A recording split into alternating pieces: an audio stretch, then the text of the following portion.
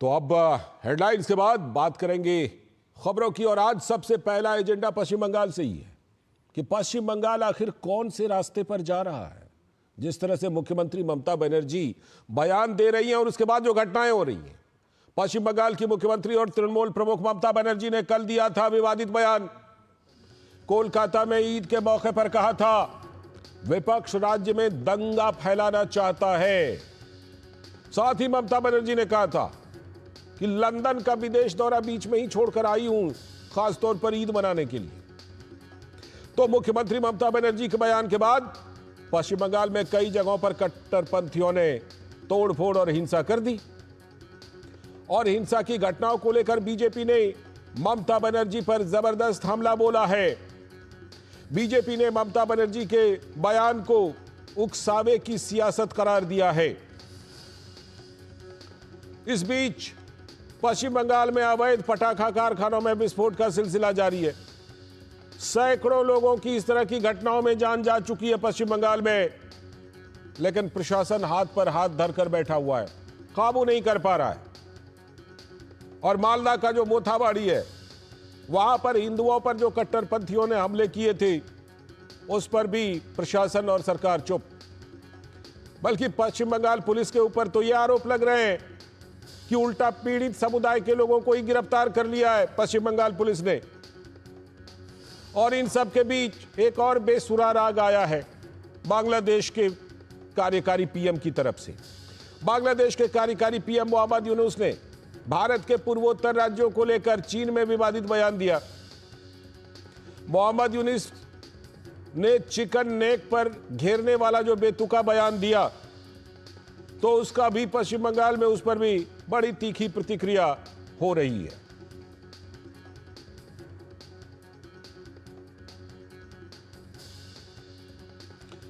तो ममता बनर्जी का जो बयान है, ऐसा बयान है जिसमें उन्होंने हिंदू धर्म को गंदा भी कहा है।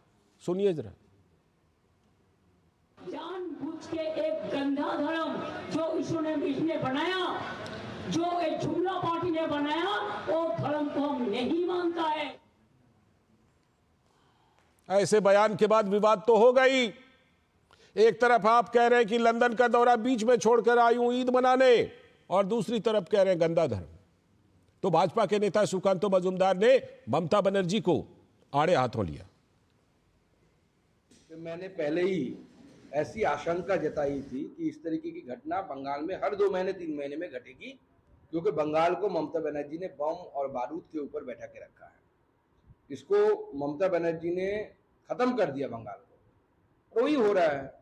अभी तो हुआ है, आप 2 महीना वेट करिए, 2 से 3 महीने के अंदर फिर एक ऐसी घटना घटेगी। ऐसी घटना बार बार घट रही है और बार बार घटेगी, क्योंकि जब तक ममता बनर्जी इस बंगाल की होम मिनिस्टर है।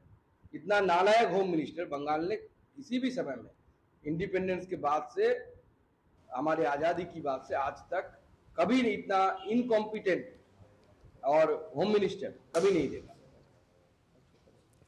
तो ये पश्चिम बंगाल में प्रतिक्रिया आ रही है, और खास तौर पर पश्चिम बंगाल में मुख्यमंत्री ममता बनर्जी के कुछ बयानों ने बिल्कुल वहां का तापमान बढ़ा दिया है। तो किस राह पर पश्चिम बंगाल जा रहा है? कोलकाता से हमारे संवाददाता प्रसेनजीत बख्शी हमारे साथ जुड़ चुके हैं। प्रसेनजीत, कल भी हमने बयान पर चर्चा तो की थी, लेकिन कल ये नहीं पता था कि इन बयानों को कट्टरपंथी हाथों हाथ लेंगे और उसके बाद पश्चिम बंगाल में तांडव करेंगे। कहां से इस तरह की खबरें आ रही है इस बयान के बाद? खासतौर पर कहां हिंसा और तोड़फोड़ हुई है प्रसेनजीत दा? 2-3 बातें पहले मैंने कह दूं कि एक तो जैसे आप जगह बता रहे हैं कि पूछ रहे हैं, तो पश्चिम मिदनापुर में किसी एक महाराज ने अपने जो नामगान होते हैं ना, कीर्तन टाइप का, उस कीर्तन करके वापस रात को लौट रहे थे और किसी ने उनको ऐसे पीटे हैं कि वो अभी भी मृत्यु का सामना कर रहे हैं अस्पताल में। ये तो एक घटना है। किसी एक जगह पे एक मंदिर में मूर्ति तोड़ा गया है, और दिन में पुलिस का कहना है कि, अब देखिए पुलिस को किस तरह से यहाँ पे ट्रेनिंग दिया गया। पुलिस का कहना है कि किसने तोड़े हैं वो तो बाद में देखेंगे, लेकिन किसी मंदिर में तोड़ा हुआ इस तरह की टूटी मूर्ति रखना ठीक नहीं है। हम ही इसको लेके जाते हैं और बाद में देखते हैं किसने तोड़े हैं। तो ऐसी ऐसी घटना होने लगे हैं कल की इस बयान के बाद। आपको पता है, मैंने कई बार हमने पूरे हमारे दर्शकों को बताया कि 2023 में दिन में ममता बनर्जी इस तरह की बयान दी और शाम को हावड़ा में जी। जो दंगा है वो शुरू हो गया है। उसके बाद उसको कवर करते करते हम जैसे पत्रकार अस्पताल पहुंच गए। तो इस बार भी हम इसी सोच में है कि आखिर तक कल ममता बनर्जी जिस भाषा इस्तेमाल किए हैं, जिस बॉडी लैंग्वेज इस्तेमाल किए हैं, और साथ ही में आज जब वाकफ अमेंडमेंट एक्ट की बात हो गई है, कल दोपहर 12 बजे इसको प्लेस किया जाएगा। हमें याद है सीएए के बाद किस तरह से बंगाल में लूट तराज मच गया था। हमें पता है नूपुर शर्मा के बाद बंगाल में किस तरह से लूट तराज मच गया था। और इस तरह की ममता बनर्जी होम मिनिस्टर, मैं तो नालायक शब्द सुकांत मजुमदार जैसा इस्तेमाल नहीं कर सकता, वो मंत्री है, नेता है, वो कह सकते हैं, लेकिन इस तरह की होम मिनिस्टर अगर किसी एक धार्मिक अनुष्ठान से इस तरह की भड़काऊ भाषण देते रहेंगे तो उसके बाद अगर वाकफ की कुछ हो या सामने 6 तारीख को रामनवमी हो तो हम जैसे पत्रकार, आप जैसे पत्रकार, हम डरे हुए हैं कि किस तरह की स्थिति का सामना करना पड़ेगा और किस तरह से हमें रिपोर्टिंग करना पड़ेगा और इस गर्मी में हम किस तरह से कितना दूर तक स्वस्थ रह पाएंगे। जी प्रसन्नजीता, लगातार हम लोग बात करते भी रहे हैं कि पश्चिम बंगाल में ये जो अवैध पटाखा कारखाना है, जिसमें प्राय आप देखिए कि विस्फोट की घटनाएं आती रहती है, लोगों की जानें जाती रहती हैं, ये सिलसिला रुक क्यों नहीं रहा है?